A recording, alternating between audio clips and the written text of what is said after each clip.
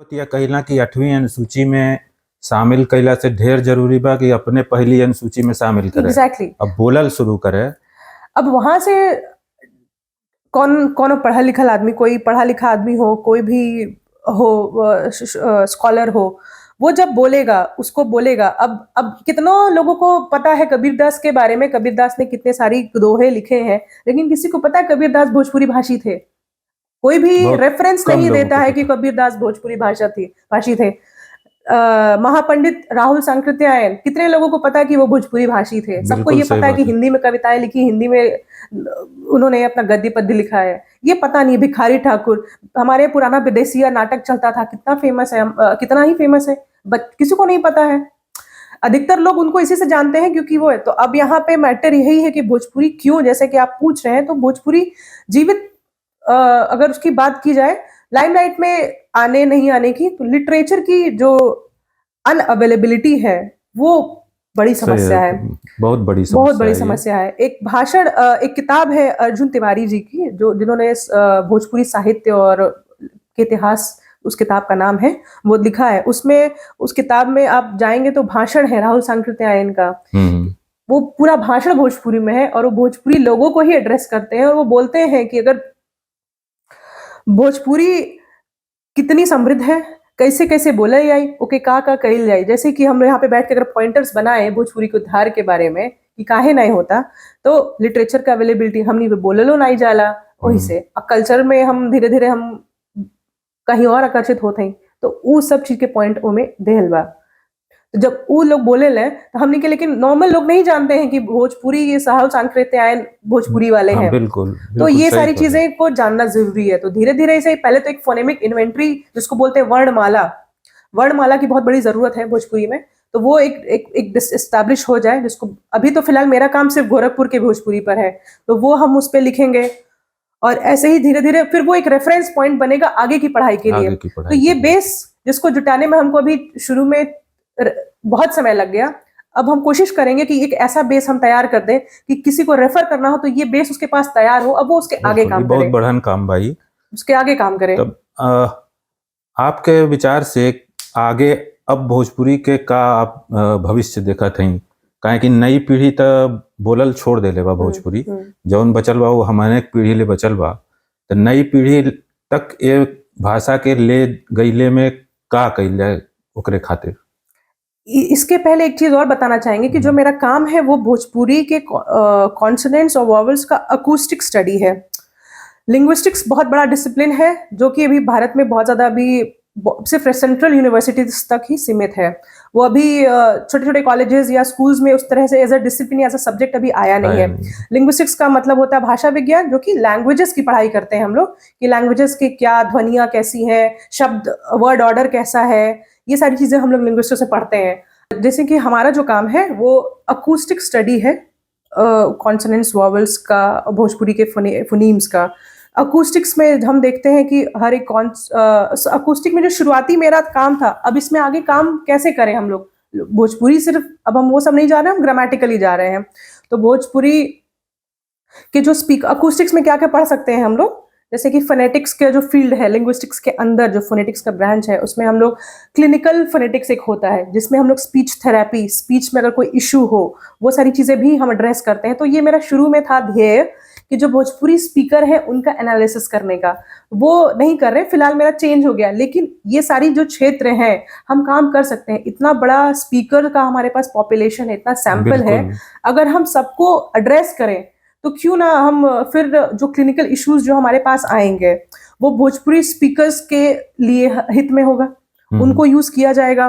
और उसके बाद अकूस्टिक फील्ड में हम जो भी गाँव में जो भी साउंड्स, वॉइसेस, ये सारी चीजें जो स्पेसिफिक है भोजपुरी स्पीकर्स की, ये उनको एड्रेस करेगी। तो एक तरीके से लिंग्विस्टिक्स जो कहाँ से उठे थे हम लोग, कहाँ से कहाँ जोड़ते हुए एक भोजपुरी, एक पूरा जो बेल्ट है जिसमें काम नहीं हो रहा है, चूंकि इतनी वैरायटी है भोजपुरी में। बनारस की अलग है, बनारस का अब जैसे 3 तरह की भोजपुरी अगर बड़े बड़े मोटी मोटा अगर किया जाए डिवाइड, तो बिहार की एक बड़ी सुरीली सी मीठी सी है, वहां 2 लोग लड़ रहे होंगे तो भी जो है पता नहीं चलेगा लड़ रहे हैं, वो इतना मीठा बोलेंगे। अब आप बनारस की तरफ चले जाइए तो वो बड़ी थोड़ी अक्खड़ सी है, अक्खर टाइप की अक्खड़ दो लोग कागुरु प्यार से भी करके। बात करें तो कभी कभी लगता है कि लड़ ही रहे हैं। हाँ लेकिन गोरखपुर की जो जो मल्ल जनपद की, जिसको मल्लिका बोलते हैं, तो वो जो भाषा है भोजपुरी की, ये थोड़ी मीडिएशन के बीच में भी, खड़ी भी है, मीठी भी है, दोनों का थोड़ा मिक्सचर है सोबर उस तरीके से। सोबर भाषा हाँ, लगेगी। तो इस वैरायटी को अगर हम एड्रेस करेंगे लिंग्विस्टिकली तो ये कितना कितना रिच होगा हमारा रिच, लिटरेचर। बिल्कुल बिल्कुल। बहुत से लोग हैं हमारे यहाँ जो गीत गाते हैं, गवई, जो सोहर है, जो शादियों में गाया जाता है, ये गीत है तो भोजपुरी के है ना।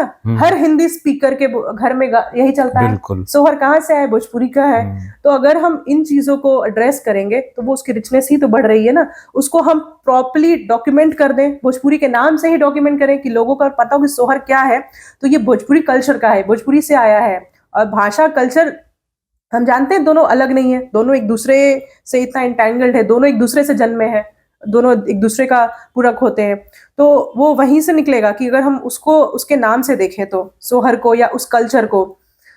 अब लिट्टी चोखा भोजपुरी के नाम से फेमस है, तो क्यों ना हम उस कॉन्सोनेंट्स को, उन फोनीम्स को भी उस तरह से देखें, बिल्कुल पेटिन करके। तो ये एक एस्पेक्ट है जो उस तरह से हम बढ़ सकते हैं। साइंटिफिकली भोजपुरी का ये रिचनेस है। तो अगर हमको कल को ये बोलना होता है कि क्यों भोजपुरी को सूची में डाला जाए या क्यों भोजपुरी पे काम किया जाए, क्यों ना किया जाए, हमारे पास इतने लोग हैं बोलने वाले, क्या हम उनको हम प्रभावित नहीं करेंगे काम करेंगे तो?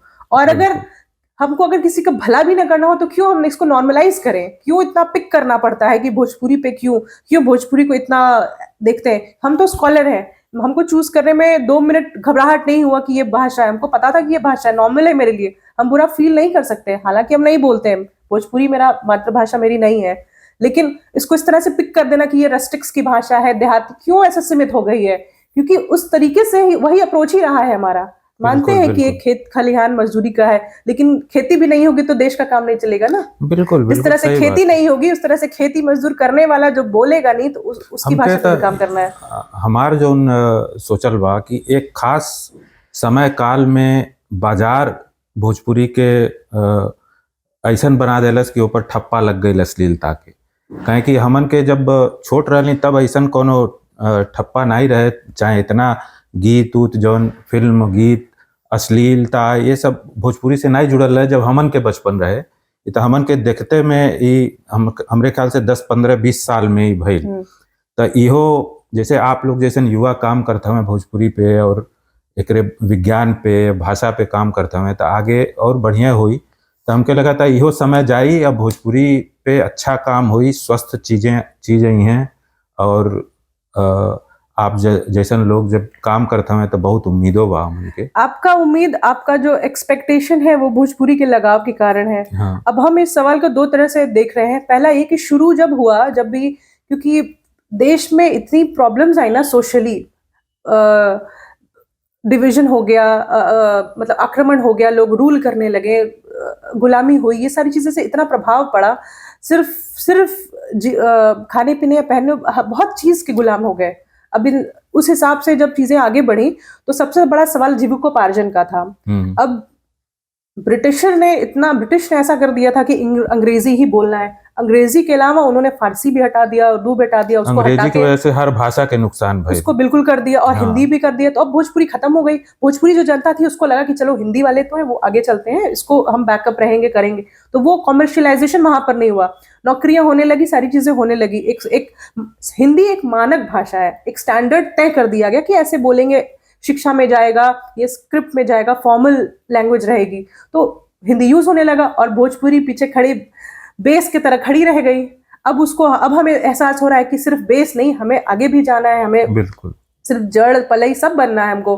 तो उस टाइम पे जीविकोपार्जन के चक्कर में लोग सिर्फ खाने पीने की, भाई पहले जिंदा रह लेते हैं, फिर कल्चर पे काम करेंगे, फिर लिटरेचर पे काम करेंगे, फिर ये चीज, तो वो रह गया वहां से।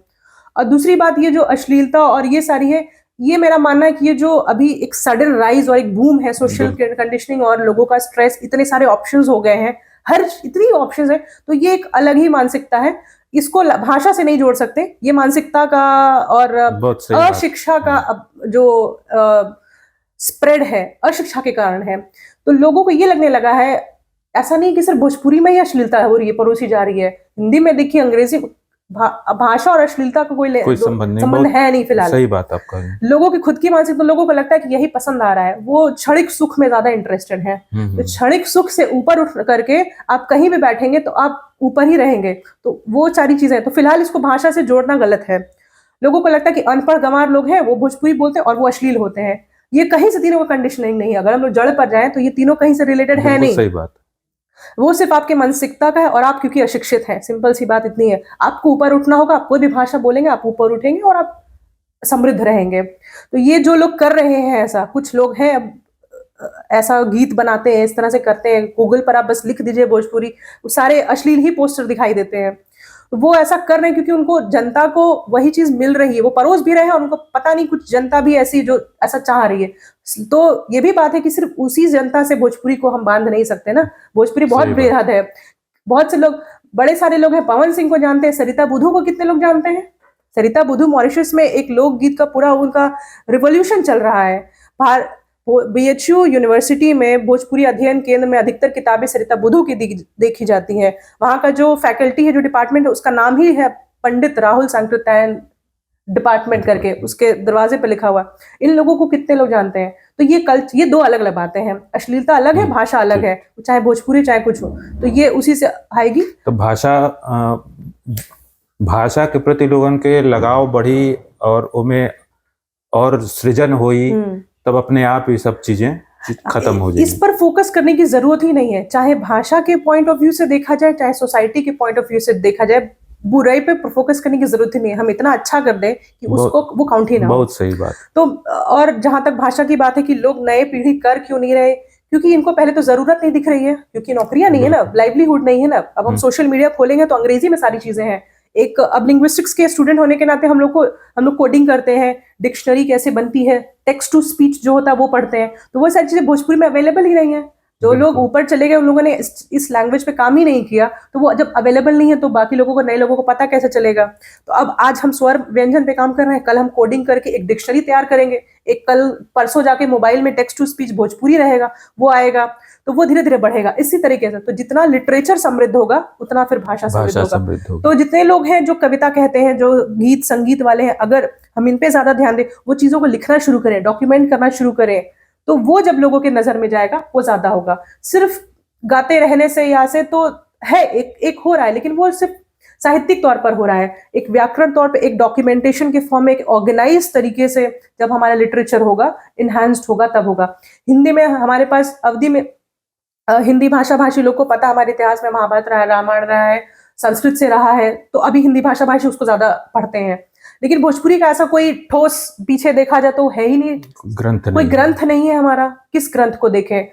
तो तुलसीदास जी ने भी लिखा है, मान लीजिए चरितमानस लिखा है। हमारे पास बड़े सारे लोग जिन्होंने लिखा है, लेकिन उस लेवल का ग्रंथ जैसा नहीं है वो, कि जो दे सके। तो वो सारी चीजें जब अवेलेबल होंगी तो आराम से फिर लोगों का ध्यान आकृष्ट होगा। और जब छोटा बच्चा तो छोटा है, उसको जो पढ़ाया जाएगा वही पढ़ेगा। तो जब हम लोग लिखेंगे, करेंगे ज्यादा से ज्यादा, तो ये निवेदन है जितने भी हमारे लोग स्कॉलर्स हैं, ये मेरा, जब हम शुरू किए थे तो बड़ा मुश्किल था काम करना। आज मेरे पास काफी किताबें हैं, हम सबको रिफर कर सकते हैं, लेकिन फिर भी सब साहित्यिक किताबें हैं, ग्रामेटिकल अप्रोच वाली कम है मेरे पास। तो जितने मेरे स्कॉलर्स होंगे लिंग्विस्टिक्स के, अगर हम सब मिलके एक काम करेंगे तो वो उस पर आएगा, बिल्कुल एक लिटरेचर तैयार होगा। तो जब हम लोग इस पे काम ज्यादा करेंगे ना, तो ही आएगा, ऐसे इस तरह से इसका समृद्धि होगी। तो अभी हमन के बात करत रही शुभनीम आर्या से, और इनके बात खाली सुनते रह गए हमके, काहे कि इतना ही काम करे वाली है, इतना खुशी होता कि भोजपुरी भाषा खातिर नया पीढ़ी में काम ये करत है। और उम्मीद बा कि ऐसे ही भाषा खातिर लोग काम करें और ये भाषा अपने आप धीरे धीरे समृद्ध होकर। आप सबके नमस्कार, और हमारे चैनल सब्सक्राइब करें, लाइक करें, और भोजपुरी भाषा के पढ़ौले खातिर हमन के प्रयास में सहयोग करें। धन्यवाद। आप भोजपुरी बोली, अब बोली।